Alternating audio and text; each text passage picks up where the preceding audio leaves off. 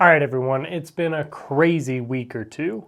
At this point, I'm worrying less about what the stock market might do or the moves that might happen in the next couple of weeks, and more so in what's going to happen to the economy overall, long term. A huge one is this eventual de-dollarization that's begun across the world and in reaction toward Trump's tariffs. Countries moving away from the US dollar as a reserve currency would definitely have some crazy consequences and would remove the United States as the dominant world power. There's also some huge problems going on in the bond market involving a sell-off so massive that it almost shut down the country. All the while, we're at the brink of a real recession and possible depression if things don't change. I'm going to show you some data and facts and then weigh in on how I'm investing, a new position that I've started to look at, especially in light of all of this new information. Huge crashes happen after large run-ups in the market that were never sustainable in the first place, and so that's what I want to discuss first. This short clip that I'm going to show you comes from an excellent YouTube channel called Bravo's Research, and I'll link to the rest of the video down below, but watch this real quick and then I'll give you my thoughts. Between 2022 and 2024, the S&P 500's total market capitalization rose from $30 trillion to $54 trillion, adding $24 trillion in value to the US stock market in just 2 years. As a reference point, it took 28 years for the S&P 500 to add $24 trillion in value between 1995 and 2022. Now, within the space of just a few weeks, we've seen the S&P 500 give back approximately $5 trillion. Many believe that this incredible melt-up we saw over the last couple of years was completely unsustainable, and that this recent correction is just the beginning of a major unwind, something that would make the Great Depression look like child's play. But before we buy into all of this doom and gloom, we have to transform this linear chart of the S&P 500 into what's called a log scale chart. Putting the S&P 500 index on a log scale helps us compare today's price action to what was going on in the 1980s and 90s when the S&P 500's market cap was much smaller. For instance, in 1985, the S&P 500's market cap was $1.5 trillion. By 1987, it was $2.5 trillion. Now, although in dollar terms, that's a much smaller increase relative to what we've seen today, but in percentage terms, both of these moves up was about a 70% rise in the S&P 500's market cap. So on this chart, the S&P 500's most recent move looks a lot more reasonable relative to what we've seen before in US stock market history. It's definitely been a very steep rally, but it's nothing that we haven't seen before. In fact, if we copy and paste the price action from the 1990s onto today, we see that the steepness of the rally in 2024 is actually incredibly similar to what it was back then. The only difference is actually that in the 1990s, the stock market continued posting the same kind of strong returns for multiple years after. So yes, we've certainly been in a very strong market over the last couple of years, but nothing says that we couldn't actually continue to see the S&P 500 provide the same kind of strong returns over the next few years, provided that we have the right kind of conditions for this type of market melt-up to happen. But the most recent sell-off in the stock market does put that scenario into question. Primarily having been driven by uncertainty around tariffs, many believe that this will have very real economic implications that makes that kind of stock market rally very unlikely and potentially even puts the S&P 500 at risk of major downside. And I tend to agree that there's definitely major downside possibility with the S&P 500. These tariffs and the uncertainty that they're bringing are definitely detrimental to the entire stock market. Even more than that, though, is the bond fiasco that just happened. While the stock market dropped dramatically after Trump's Liberation Day, the more scary thing was what happened in the bond market. Normally, investors rush into treasuries at a whiff of economic chaos, but now they're selling them, as not even the lure of higher interest payments on the bonds is getting them to buy.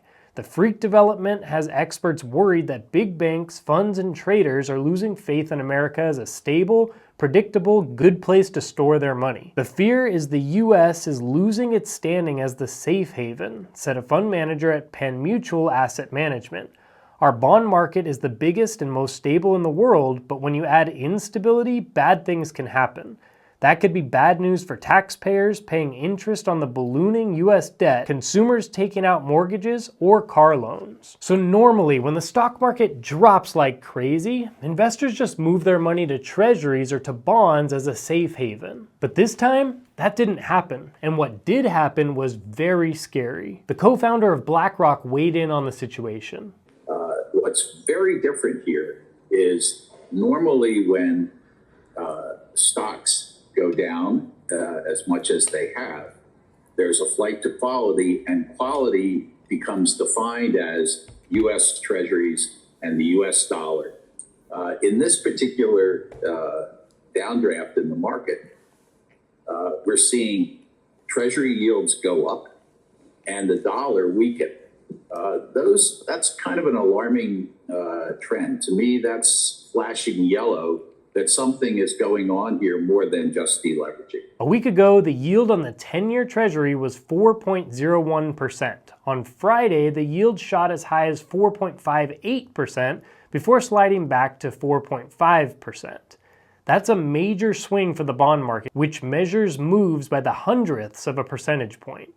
As yields move higher, you'll see your borrowing rates move higher too, said Brian Railing, head of fixed income strategy at Wells Fargo Investment Institute. And every corporation uses these funding markets. If they get more expensive, they're going to have to pass along those costs to customers or cut costs by cutting jobs. So the rising bond yield so dramatically, as you can see here right after April 2nd, is what ultimately made Trump put a pause on the tariffs for 90 days.